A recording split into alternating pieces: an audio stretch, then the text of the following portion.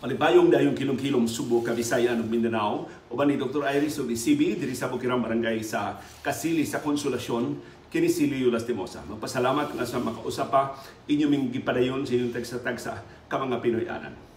Karong hapunan atong sugilano naguluhan og Malacañang Diocese. Why diocese ang Malacañang?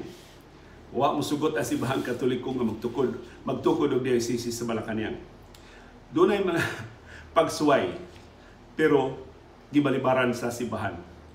More specifically, dili diocese mo itukuron, kundi ang pag-influensya sa Simbahang Katoliko sa liderato sa Malacañang.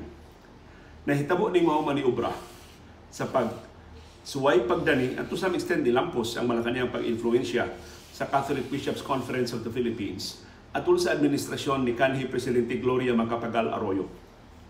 Nisulbong ang maong pag-influensya sa pagkatap sa daghang mga iskandalo sa administrasyong Arroyo.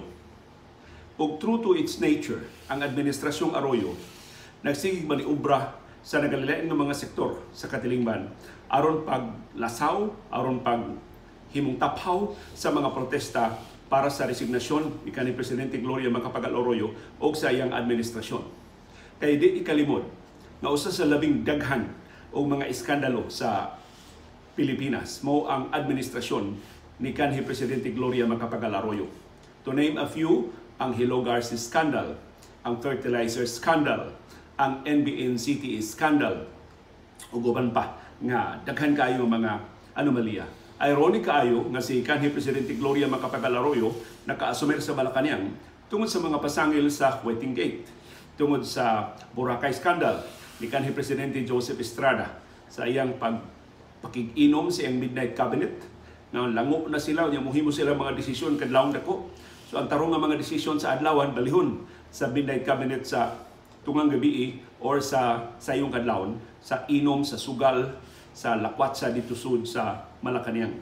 Mutong nag-EDSA 2 pero karon na pamatud-an na nga usa diay sa main initiator sa EDSA 2 mao si kanhi Presidente Gloria Macapagal Arroyo. Iyang gi-mobilize ang nakalilain ng mga sektor aron pagpalagpot, pagpugos ni kanhi Presidente Joseph Estrada pagbiya sa Malacañang ug siya may nakatiwas sa katunga sa termino ni ERAP.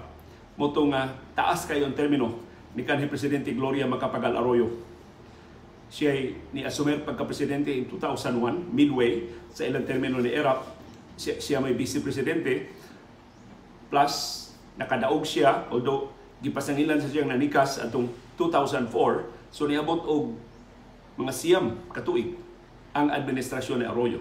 Supposedly, unom ra katuig ang termino sa presidente, pero kay iya mang na sundan ang tulo sa unom katuig na termino ni ERAP, sumutong nagsiyam katuig si Arroyo. Tuga siyam katuig na puno o yamot sa daghan kay mga iskandalo, sa daghan kay mga pasangil sa pagpanikas, sa pagpangawat, sa pagsurikbot sa atong nasundong panudlanan. Pero si Arroyo ni survive sa tanan nga mga iskandalo nga nihasmag sa iyang administrasyon. Wato nihasmag nga inosente siyang biktima, nihasmag tutungod kay nasakpan ang pipila sa iyang mga transaksyon. Ambot pila pa yung mga transaksyon ni kanhi Presidente Gloria Macapagal Arroyo nga wa masakpi. Ngatod karon wa nato mahibawi. Pero ni survive si Arroyo tungod sa kamaayo niya sa divide and rule nga maniobra. May kay siya mo buak-buak o mga grupo, may kay siya mo pahilom sa hintungdan ng mga sektor aron nga dili gyud makabuylo ang mga protesta batok niya, aron iya mabahin-bahin ang nakalilain ng mga sektor sa katilingban. Unang na bantang kining kalihiro ni Arroyo sa divide and rule nga maniobra katong sa Hello Garcia scandal. Tungod atong paggawa sa mga Hello Garcia tapes, dihay mga tape recording sa ilang panagsulti sa telepono ni kanhi Comelec Commissioner Virgilio Garciliano, motong gitawag niya Hello Garcia. Giunsa nila pagpika si Anhing Fernando Po Jr. sa 2004. Giunsa nila pagpangayog dugang usa ka milyon ka boto aron nga appeal din niya si FPJ sa eleksyon presidensyal. Natayog pag-ayo ang iyang administrasyon ni adto. Na mismo ang mga sakop sa iyang gabinete nakahuna-huna sa pag-resign. Aron, in fact, ni-resign yun sila. Believing na ilang ma-invoke ka ng provision sa konstitusyon na kung ang mayoriya sa mga sakop sa gabinete wa na'y pagsalig sa katukos sa presidente pagduma sa nasod, mapugos nila si Arroyo pag-resign gikan sa Malacañang. So, nagsabot-sabot to sila na po ka mga sakop sa gabinete ang nakahukom sa pag-resign. Pero, mawad-ag bili ang ilang resignasyon kung di lang makuha ang ikaduhang labing taas na opisyal. Kaya logically, kung muauhag silang resignasyon ni Arroyo, ang mupuli ni Arroyo maong ikaduhang labing taas na opisyal sa Republika sa Pilipinas, nga mao ang Vice Presidente. Ug ang Vice Presidente ni atong higayuna mao si Noli de Castro. Gipadagan siya ni Arroyo pagka Vice Presidente, ni daog sila ni De Castro. Akong nahinumduman, Arroyo, De Castro mo ay line up, o niya si Estrada o si Ligarda mo ay line up sa Pikas. Dili Estrada, EPJ o Ligarda. So napilde si EPJ o si Ligarda. Manong for a while, si Loren nasuko pag-ayo ni Arroyo, believing na kung gitikasan niya si EPJ, posibleng gitikasan sa siya sa vice presidential race, na siya ginunta mo angay unta nga mulingkod sa pagka-vice presidente. Pero si Noli de Castro, wa man na igdungog siyang kaligdong, wa na igdungog siyang kaisog. Si Noli de Castro, kung wa ko masayog, ni-appeal sa tigom sa mga sakop sa gabinete sa ilang pag-resign, dito sila magtigom sa Hong Kong. Aron gawas doon sila nga maka-umol sa ilang mga plano. So ang plano adto mo resign ang mayoriya sa mga sakop sa gabinete, o niya si Noli de Castro mo suporta nila. Tungod ana, dako na kayong pressure para ni Arroyo sa pag-resign, o si De Castro na mo yung muduma isip acting president. Uli ni Arroyo. Pero sa diyang na mauli sila din sa Pilipinas, nabantog na sila nga hayat 10. Napo sila kabuk ng resign. Si De Castro, wa mo kuyog nila. Kikataho nga si De Castro na kontak sa administrasyong Arroyo, na kumbinser, ang mutong rason nga nung nakumbinser siya na dili siya mo nunot sa hayat 10. So wa mo suporta si De Castro sa resignasyon sa hayat 10, napugna ni Arroyo ang mayoriya sa mga sakop sa gabinete. Ang resulta, ang hayat 10 may nawani. Nawa sila sa gabinete, although sila mo'y labing popular, sila mo'y labing takos sa mga cabinet secretaries ni Arroyo, pero wa sila mo lampos sa pagpresyon ni Arroyo sa pag-resign. Kaya kato sa Arroyo, baga pa man sa to sa tanang kubalan sa kalibutan, wa man sa to'y uwaw, si kanhi Presidente Gloria Macapagal Arroyo, di man to siya madutlan o mga protesta. May man kayo siya magpapating-pating, may man kayo siya magpabungul-bungul, di to siya mutubag o mga pasangil, pero iyan ang gimaniubra. Aron nga ang mga namasangil batok niya, mabuak-buak, apipilas na mga sangil batok niya, mubakwi sa ilang pasangil, aron lang yun nga dili mabantok ang mga protesta, aron dili makabuylo ang kalihukan sa pagpalagpot niya gikan sa katungdanan. Ug usas mga target ni Arroyo sa iyang divide and rule na maniobra, mao ang simbahang Katoliko. Kaya nihibaw si Arroyo sa iyang nakatunan sa kasaysayan atol sa EDSA People Power Revolution in 1986, si anhing Arsobispo Jaime Cardinal Sin sa Manila mo'y labing dako og papel sa pagpalihok sa mga sibilyan, pagpanalipod nilang Juan Ponce Enrile o ni Fidel Ramos, gikan sa mga tangke de guerra o sa mas daghan untang mga armas o mga sundao sa diktadura ni Ferdinand Marcos Sr. Pero tungod sa paglampos ni Cardinal Sin, pagkumbinser sa katawhan na magtapok sa EDSA in 1986, na panalipdan nila si Ramos o si Enrile, nilampos pagin sila sa pagpalayas sa diktador nga si Ferdinand Marcos Sr., iyang asawa nga si kanhi unang ginang Imelda Romualdez Marcos, sa ilang mga anak nga sila si Aimee, senador na karon, Bongbong, presidente na karon, o Irene, na nagpabiling mo tesorera sa ilang illegal nga katigayunan sa pamilya, ug ang tanan niya mga kronis, nilayas o apil, kuyog niya. Silang danding kuwang ko og abanan, ikuyog niya dito sa Hawaii. O nagmalampuson pag yun sa pag-install ni anhing Presidente Cory Aquino, isip mo'y lehitimo na napili ng presidente sa 1986 snap presidential elections. So conscious si Arroyo anak unsay gahom sa simbahang Katoliko. Atol sa EDSA 2, nakakuha sab siya sa suporta sa simbahang Katoliko. Mao to nga si Erap na apiki gyud og ni-resign gikan siya katungdanan. Of course, ang Armadong Kusog, ang kapulisan, nibalitok batok ni Erap. Sakit kay ito ni Erap. Kaya ang hepe sa Philippine National Police nitong higayuna, mao si kanhi Senador Ping Lacson. Ug si Ping Lacson usa siyang labing pinangga. In fact, siya mo'y ditudo ni Lacson. Isip hepe sa Philippine National Police. Pero si Lacson, mas loyal man sa iyang politikanong ambisyon kaysa iyang paglaban siyang Commander-in-Chief, gibiyaan niya si Erap o ni balitok siya pagpaluyo ni kanhi Presidente Gloria Macapagal Arroyo. So tungod ining kasuhito ni Arroyo nga ang simbahang Katoliko usa sa labing gamhanan nga puwersa sa atong nasod. Na way dagkong kausaban na mahitabo kundi suportahan sa simbahan. O nga ang katawhan na influensya sa tingog sa labing dagko nga mga haligi sa simbahan na mao ang mga obispo. O ang tanang mga obispo din sa Pilipinas sakop sa Catholic Bishops Conference of the Philippines. Mutong ang CBCP mo ay main target sa pagdani ni Arroyo. Wa siya mga bisyon nga ang tanang mga obispo iyang kumbensyon sa pagsuporta niya. Kaya doon na mag-iisog kaya nga mga obispo na magsigig yun og panaway niya. Magsigig yun og gamit silang homily aron sa pagsaway sa NBNCT scandal, sa Hello Garcia scandal, sa fertilizer scandal, sa PCSO scandal, sa Pagcor scandal, so kung saan lang itong mga iskandalo sa administrasyon ni kanhi Presidente Gloria Macapagal Arroyo. Ang iya lang, mabahin niya ang Catholic Bishops Conference of the Philippines.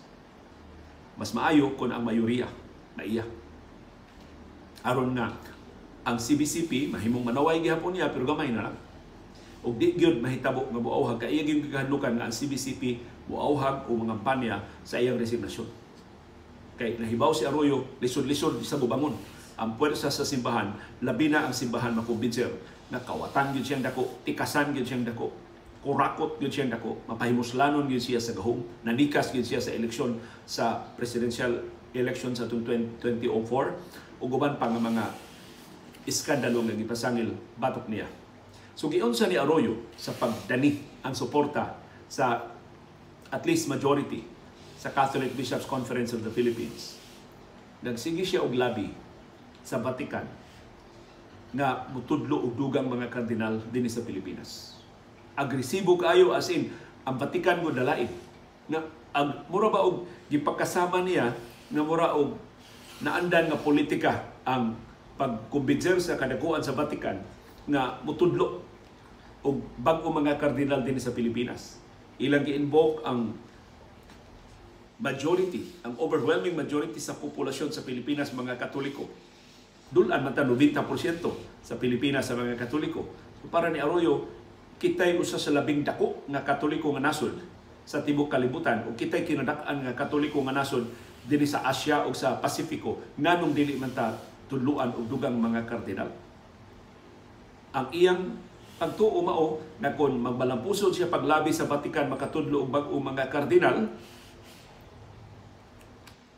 mas humot siya ngadto sa simbahan. Mapasalmaton ang mga pari niya. Kay kung mas daghang matudlo nga kardinal, mas dako ang luna sa promotion sa mga nagsunod nga mga obispo. Pero wa na ko kakwenta kung nilampos pa si Arroyo, pero perte daghanang Pilipino mga kardinal tinuod nga gitudlo ang Vatican, pero wa i-assign din sa Pilipinas. I think ang assign din sa Pilipinas mainly duha ra gyud nga mga kardinal nga aktibo gyud sa serbisyo. In fact karon napiang ta, I don't know kung usa ba nis mga resulta sa agresibo almost ni borders binastos niya nga labi na magtudlo ba ang kardinal, wa na hinugid tay kardinal din sa Subo. Kaya kaniadto ang mga kardinal sa Pilipinas, ang usa magbase sa Manila, ang usa magbase din sa Subo. Karon doon na kardinal nga magbase dito sa Mindanao, doon na kardinal nagbase sa Iloilo, doon na kardinal nagbase sa Luzon. Why kardinal hinuon sa Subo? Ambot unsay rason?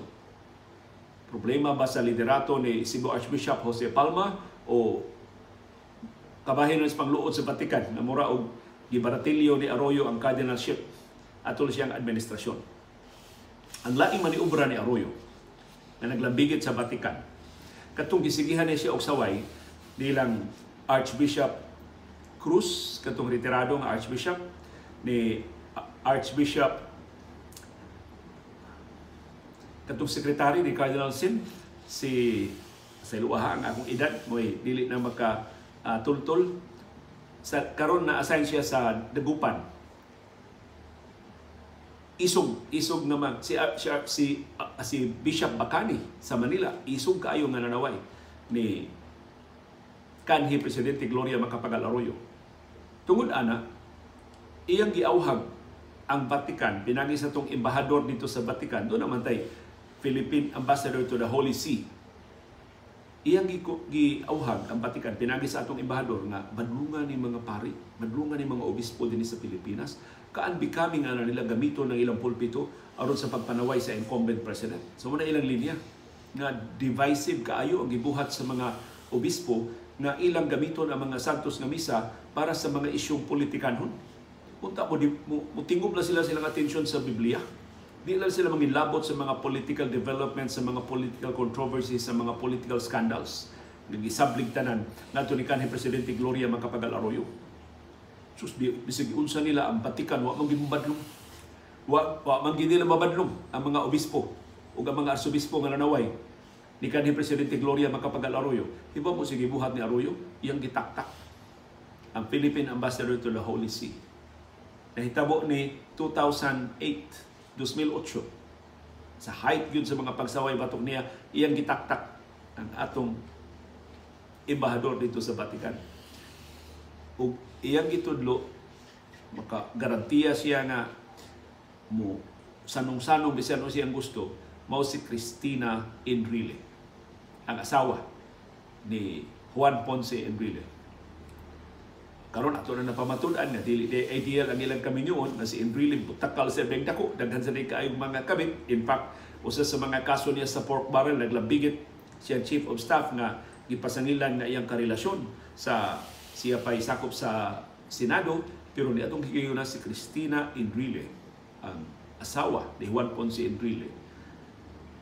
Mura siyang nakapremyo o grand prize, jackpot sa iyang pagkatudlo dito sa Vatican. Usang bunas man labing dako nga katungdanan nga pwesto.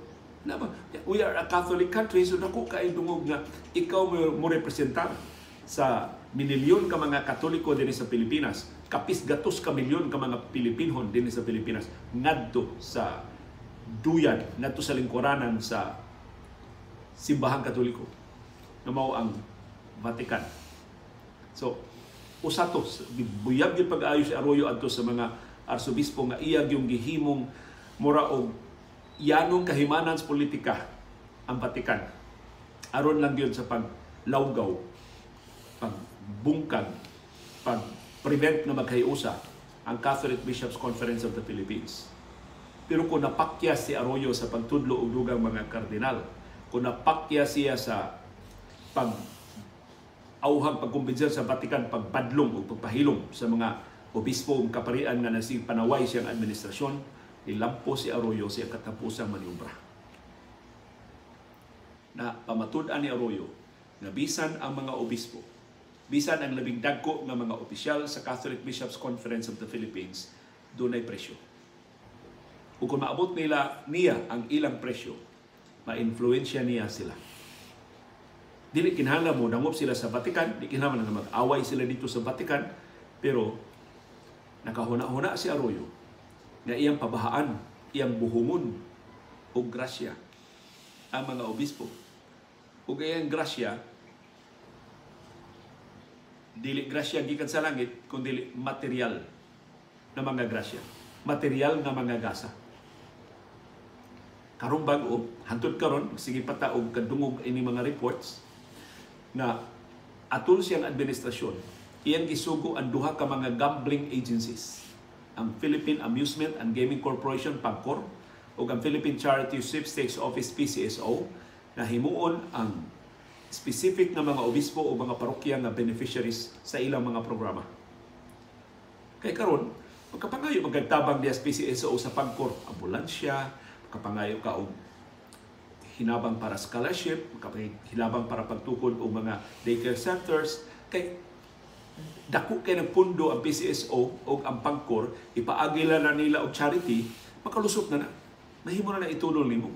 So ningos Arroyo, imbis itunol ninyo ngadto sa mga kabus, ihatag nas mga obispo. Yan niya ko'y listas mga obispo, ko'y panghatagi o kwarta, ko'y panghatagi o gasa.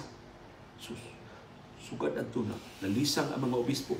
Makadawat sila o mga cheque nga tag 300,000 pesos, 250,000 pesos, 400,000 pesos. Kinadak ang cheque ng issues Pangkor 500,000 pesos, tunga sa milyon.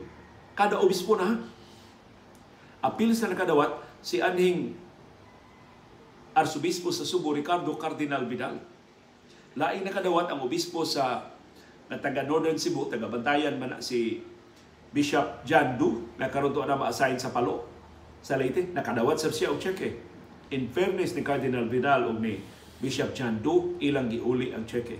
Na ilang nadawat gikan sa Philippine Amusement and Gaming Corporation. Pero ginudahan na silang Cardinal Vidal o si Bishop John Du mga exceptions rather than the rule.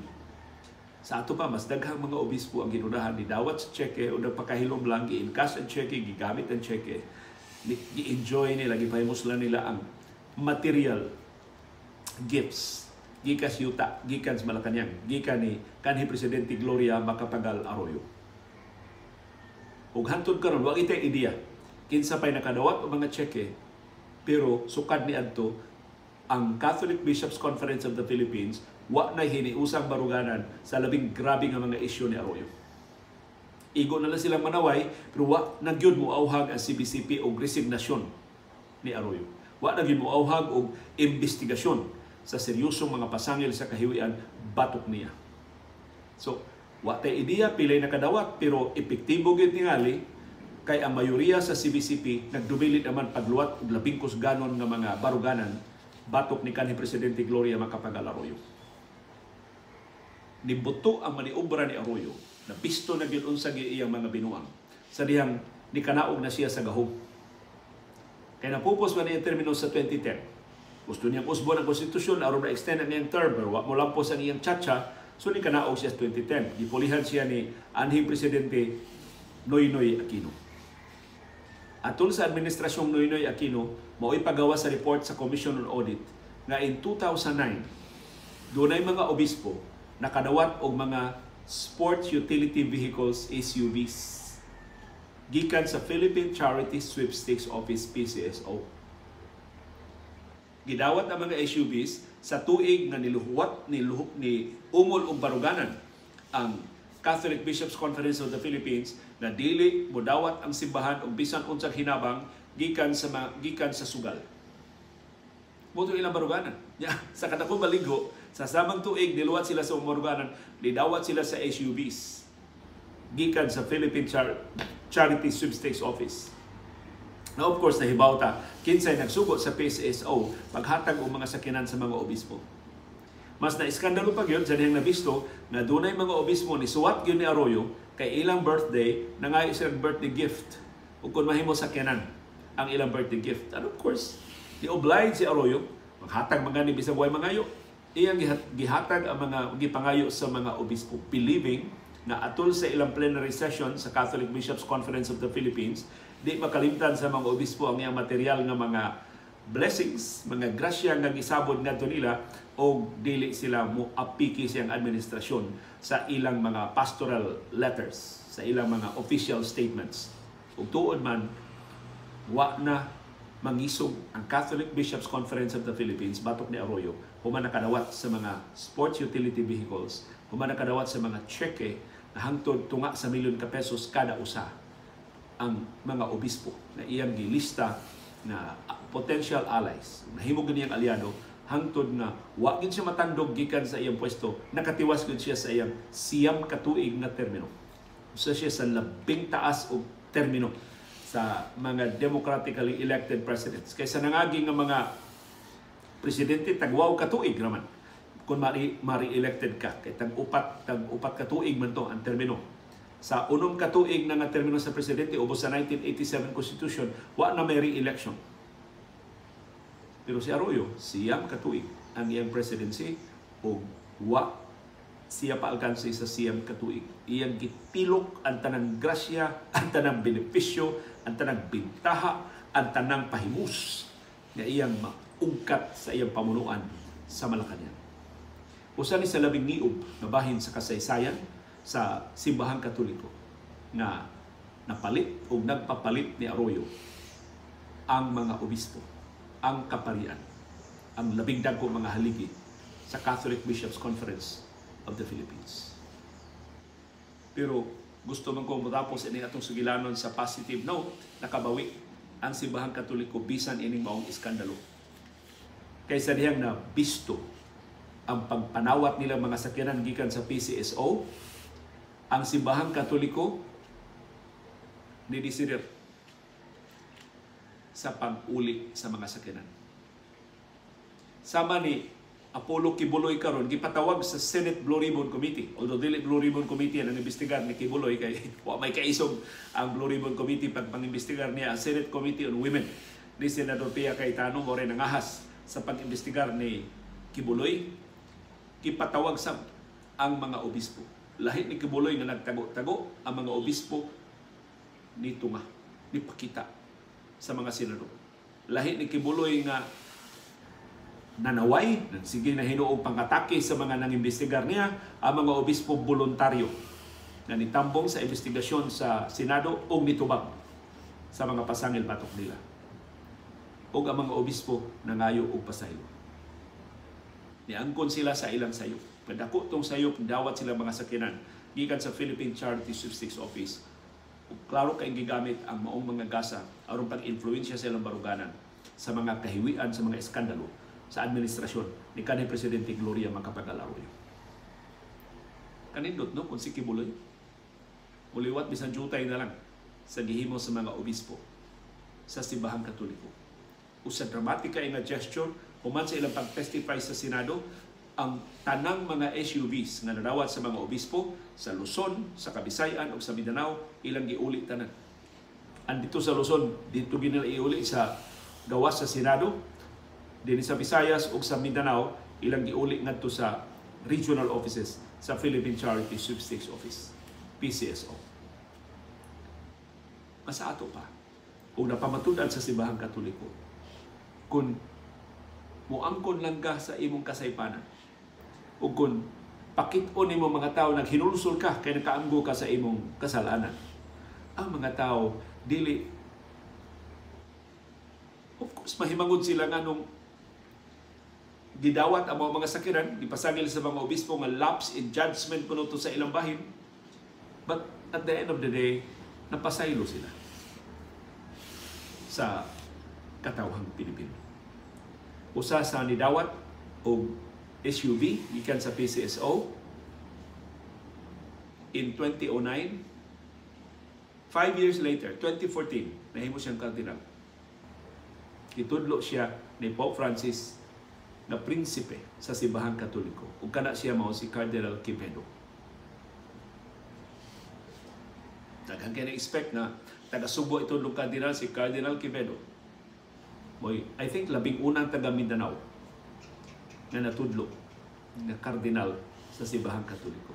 Nahitabo ni 5 katuig human siya nahilambigit sa eskandalo sa mga SUVs na hinatag ni kanhi Presidente Gloria Macapagal-Arroyo pinagi sa Philippine Charity Sweepstakes Office.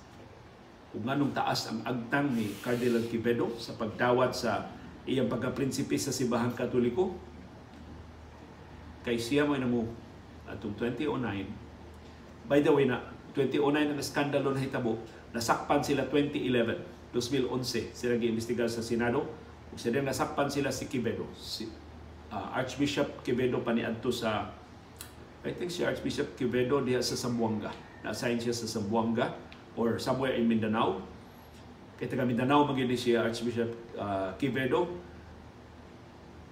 So imbis dumtan siya sa simbahan, imbis markahan siya sa simbahan, pero tungod sa iyang gesture nga niangkon sa ilang sa o giuli gyud ang mga sakyanan o niangkon sila nga sayop to sa ang ilang pagdawat sa sakyanan kay naduhig na hinuon ang tibok simbahang Katoliko sa mga eskandalo ni Arroyo, gigantihan siya ni Pope Francis. Nakakita si Pope Francis sa iyang kalig-on, sa iyang kaligdong. Kung pisang retirado na siya, gihimo siyang kardinal sa Simbahan Katoliko. So, sama sa naandan, sama sa sulti sa atong katigwangan, mas maayog yun. Sa tanang higayon, mas palabihon yun unta nato ang pagakos sa kahayan imbis paglukulok sa kangitngit. Yes, Apollo Kibuloy, kining mensahe especially dedicated para nimo. Uban ni Dr. Iris o ni CB diri sa Bukirang Barangay sa Kasili sa Konsolasyon, kini si Leo Lastimosa.